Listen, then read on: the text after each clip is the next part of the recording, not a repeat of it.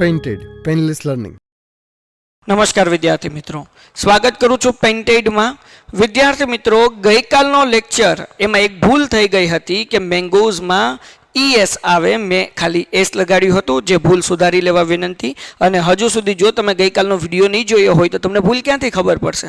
તો જાઓ ઝડપથી એ વિડીયોઝ જુઓ અને ક્યાં ભૂલ પડી છે એ સુધારી લો. વિદ્યાર્થી મિત્રો, આપણે 40 દિવસની અંદર ઇંગ્લિશ શીખવાનો એક ધ્યેય, એક બીડું ઉપાડ્યું છે. એમાં આજે આપણે છઠ્ઠો દિવસ અને લેસન નંબર 5, કારણ કે પેલું આપણું ઇન્ટ્રોડક્શન કેવી રીતના આપવું, પેલો વિડીયો એનો હતો અને એ પછી આપણે લેસન શરૂ કર્યા. એટલે કે આ વિડીયો છઠ્ઠો છે પણ લેસન નંબર 5 છે, રાઈટ? આ લેસનની અંદર આપણે આના પહેલાના લેસનમાં શું શીખ્યા? તો કે ભાઈ એક વચનનું બહુવચન કેવી રીતના કરવું, ક્યાં એસ લગાડવાનું, ક્યાં ES લગાડવાનું, ક્યાં IES લગાડવાનું, એ આપણે સમજી ગયા છીએ. આ વિડીયોમાં આપણે એ સમજવાના છીએ કે ભાઈ ક્યારે VES લાગે. આપણે આના પહેલાના વિડીયોમાં શીખી ગયા છીએ કે S ક્યારે લાગે, ES ક્યારે લાગે અને IES ક્યારે લાગે. આ વિડીયોમાં આપણે વાક્યનું બહુવચન કરતી વખતે ક્યારે VES લાગશે એ આપણે સમજવાના છીએ. જાગો છો ને બધા? ધ્યાન રાખો. ચલો, આપણને શું કીધું? એક્ઝામ્પલ જોઈએ એટલે સમજાશે. This leaf is green. બરાબર, આ પાંદડું લીલું છે. તો હવે ધીસનું થઈ ગયું ધોઝ.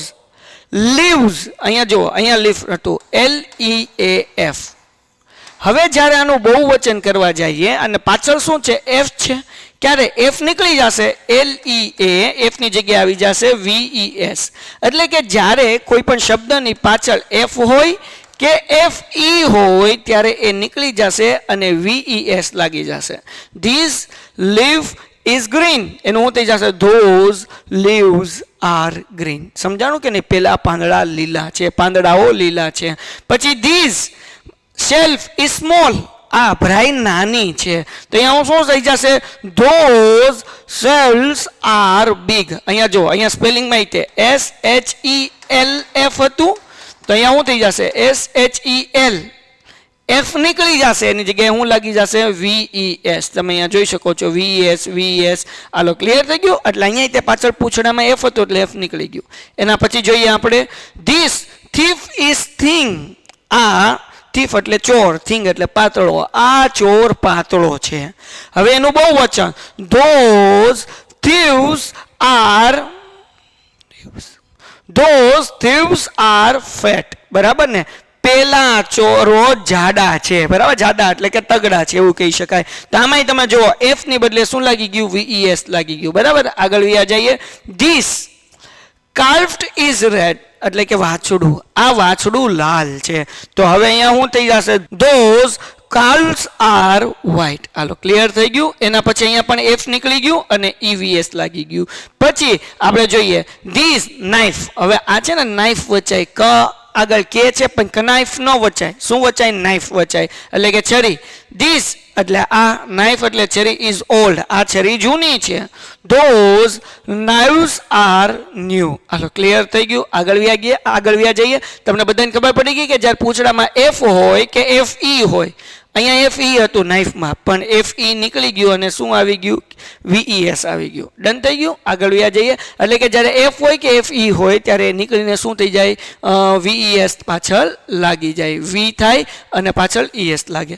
આગળ વ્યા જઈએ. હવે કેટલાક શબ્દ એવા છે, ધ્યાન રાખો. હવે જુઓ, રૂપ છે, પછી હૂફ છે, આ બધા છે, હેન્ડકરચીફ છે, સેફ છે. આ બહુવચનમાં S લગાડવાથી જ થાય છે. એટલે આનું બહુવચન કરવું હોય, રૂફનું રૂફ્સ, પાછળ S લગાડી દેવાનું. અહીંયા જુઓ, ખાલી પાછળ હૂફ્સ, ખાલી S લગાડવાનો. અહીંયા હેન્ડકરચીફ્સ, પાછળ S લગાડવાનો. ત્યાં F નહીં કાઢવાનો. બરાબર ને?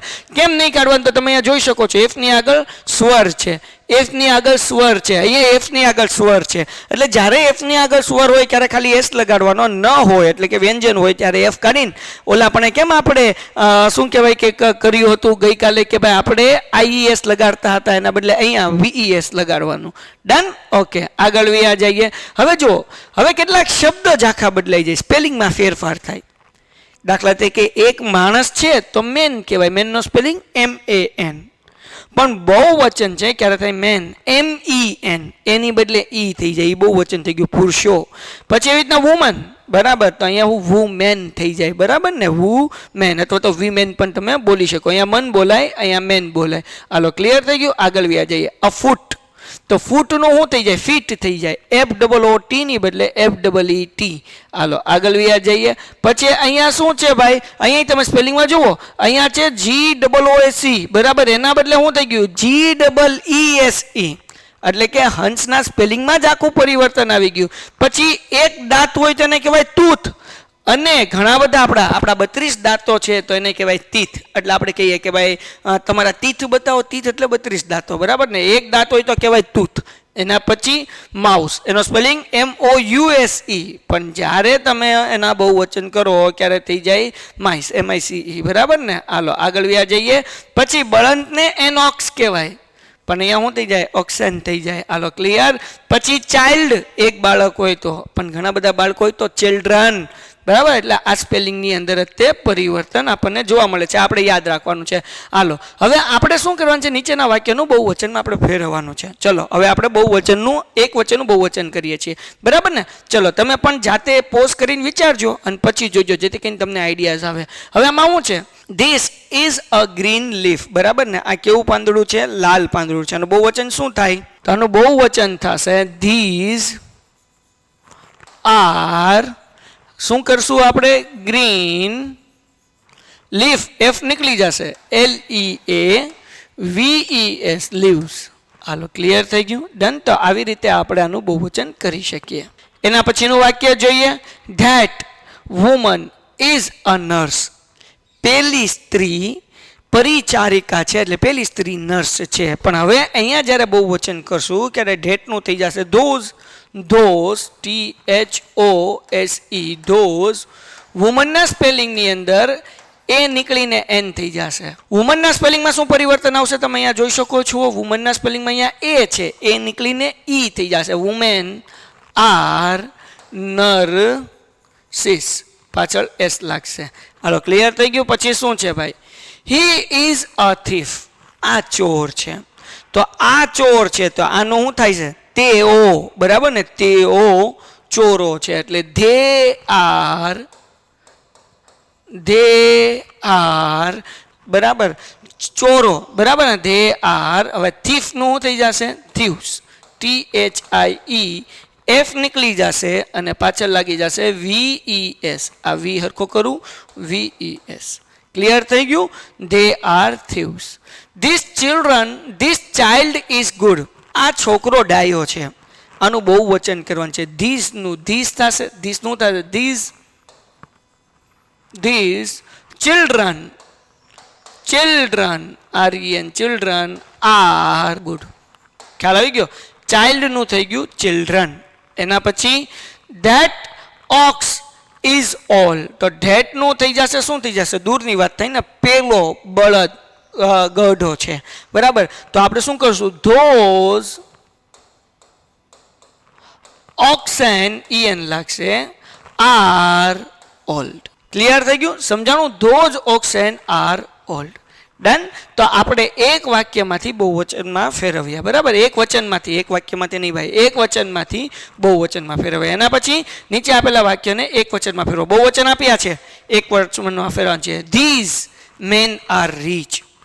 આ પુરુષો રીચ છે, પૈસાદાર છે, બરાબર ને. તો ધીસનું થઈ જાય this, THIS, this rich man. હવે જો અહીંયા ધ્યાન રાખજો, ધીસ, આ મેનનું સ્પેલિંગમાં ફેર થશે. MEN છે, એની બદલે MAN.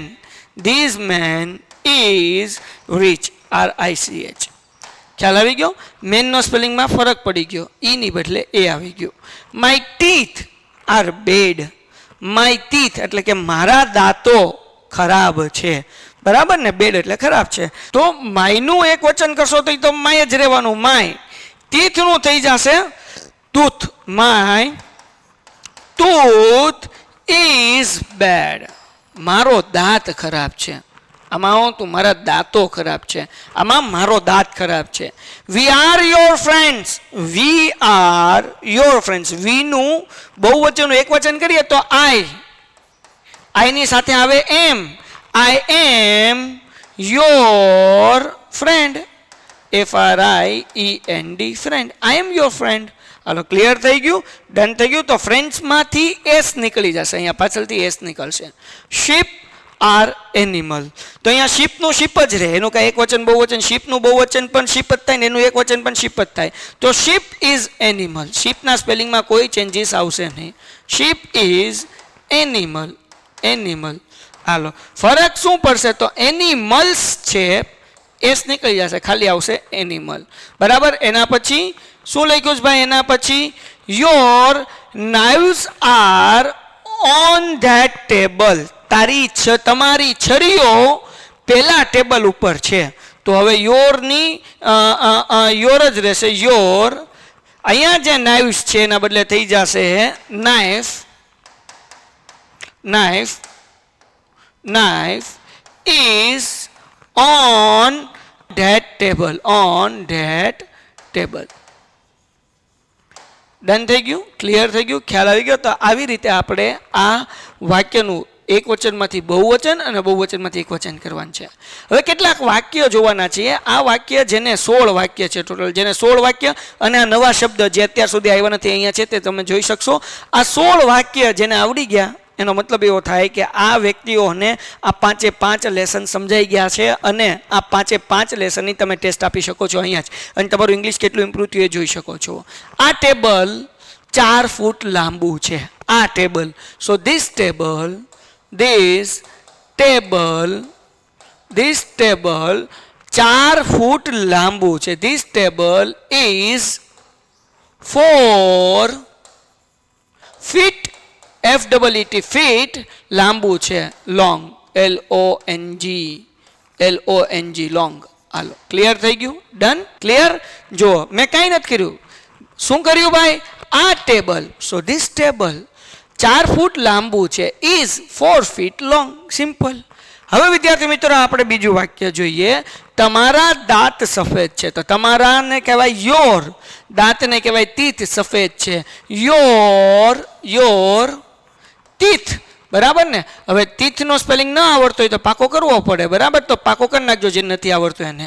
તીથ, TEETH, your teeth are white, WHITE, your teeth are white. એના પછીનું વાક્ય શું છે? કે આ સ્ત્રીઓ પરિચારિકાઓ છે, આ સ્ત્રીઓ.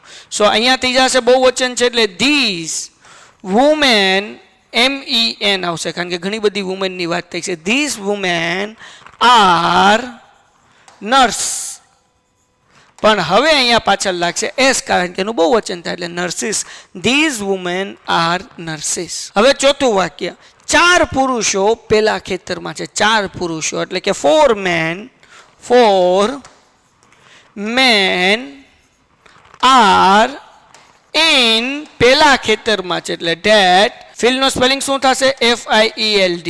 ઓકે ચલો ક્લિયર થઈ ગયું. સો 4 men are in date field, 4 પુરુષો પેલા ખેતરમાં છે. હવે એવી જ રીતના આ સૂકા પાંદડા છે. સો ધીઝ, હવે અહીંયા લીફ નહીં આવશે, લીવ્સ આવશે કારણ કે અહીંયા બહુવચન છે. These leaves are dry.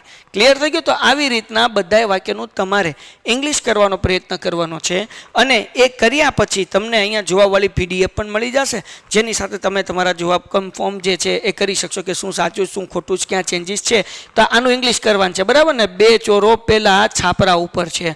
બરાબર? આનું ઇંગ્લિશ કરવાનું. ચોરને કહેવાય થીફ, છાપરાને કહેવાય રૂફ. આ ખબર હોવી જોઈએ. ન ખબર હોય તો અહીંયા નવા શબ્દ બધા આપેલા છે. બરાબર ને? હાલો ક્લિયર થઈ ગયું? ઓકે બરાબર. પછી 4 હરણ. બરાબર? હરણને કહેવાય ડિયર. બરાબર? પેલા રસ્તા ઉપર છે, રસ્તાને કહેવાય રોડ. હાલો એ તો તમને ખબર છે. આ ઘેટા છે. સો આપણે શું કહેશું? ધીઝ આર શિપ્સ, ઘેટા છે. બરાબર ને? હાલો ક્લિયર થઈ ગયું? પણ શિપનું શિપ જ થાય, એમાં એસ બેસ લાગે નહીં. પેલા વાછડા છે. બરાબર ને? વાછડાને શું કહેવાય? કાલ્ફ. અને વાછડા છે એટલે બહુવચન છે એટલે એનું શું થાય એ આપણે અહીંયા જોયું છે. બરાબર ને? યાદ છે ને? આપણે શું જોયું? તો કે કેંગ્યુ અહીંયા વાછડું હતું, અહીંયા હતું વાછડું. હા કાલ્ફનું શું થઈ જાય, એફ નીકળી જાય અને કાલ્સ થઈ જાય, એટલે કે એફ નીકળીને વીઈએસ લાગી જાય. એટલે ટૂંકમાં આ બધા એવા જ શબ્દ છે કે જે આપણે ઓલરેડી ઉપયોગ કરી ચૂક્યા છે, આમાં કંઈ નવું નથી. બરાબર. તો હવે વિદ્યાર્થી મિત્રો તમે જોઈ શકો છો કે આ રીતે તમારે મેં 16 માંથી તમને કેટલા વાક્યનું કરાવ્યું છે, 4 વાક્યનું કરાવ્યું છે. 12 વાક્યનું ઇંગ્લિશ તમારે જાતે કરવાનું છે અને આ નવા શબ્દ એની અંદર આપ્યા છે. અગર કોઈ નથી આવડતું તો તમે એનો ઉપયોગ કરી શકો છો, સ્પેલિંગ સાથે આપ્યા છે. બરાબર ને. અને પછી ક્યાં તમારી ભૂલ પડે છે કે નથી પડતી એ તમારે ચેક કરવાનું છે. અને તમને અગર જો આ વિડીયો ગમ્યો છે અને તમને ઇંગ્લિશ આવડવા લાગ્યો છે તો વિડીયોને લાઇક કરો, ચેનલને સબસ્ક્રાઇબ કરો અને કોમેન્ટ કરો. અને સાવ ઇઝી વાક્ય છે. બરાબર ને. આ ઇઝી વાક્ય હું પણ કરાવી શકું, પણ તમે જો પ્રેક્ટિસ કરશો તો વધારે સારું. છતાં જો તમને એવું લાગતું હોય કે સર આ બધા ગુજરાતી વાક્ય છે એનું ઇંગ્લિશ તમે જ કરાવો, અગર એવું તમારું માનવું હોય તોય કોમેન્ટ કરજો. તો નેક્સ્ટ વિડીયોથી બધાય વાક્યનું હું જ તમને ઇંગ્લિશ કરાવી દઈશ. ડન? ઓકે. પણ તમે શું ઈચ્છો છો કે આ વાક્ય તમને કરવા આપું કે હું કરીને તમને આપું, એ કોમેન્ટ કરજો. તમે જેમ કહેશો એમ આપણે કરીશું. તો મળીએ નેક્સ્ટ વિડીયોમાં અને એક નવા ટોપિક સાથે. અહીંયા સુધી આપણે એક વચનનું બહુવચન કરતાં આપણે શીખી ગયા છીએ. હવે જેમ ધીમે આગળ જાશું એમ આપણી જર્ની થોડીક અઘરી થતી જશે. બરાબર ને. તો તમે રેડી છો ને એના માટે? ચલો ઝડપથી કોમેન્ટ કરો, વિડીયો લાઇક કરો અને ચેનલને સબસ્ક્રાઇબ કરો. મળીએ નેક્સ્ટ વિડીયોમાં. Painted, Painless Learning.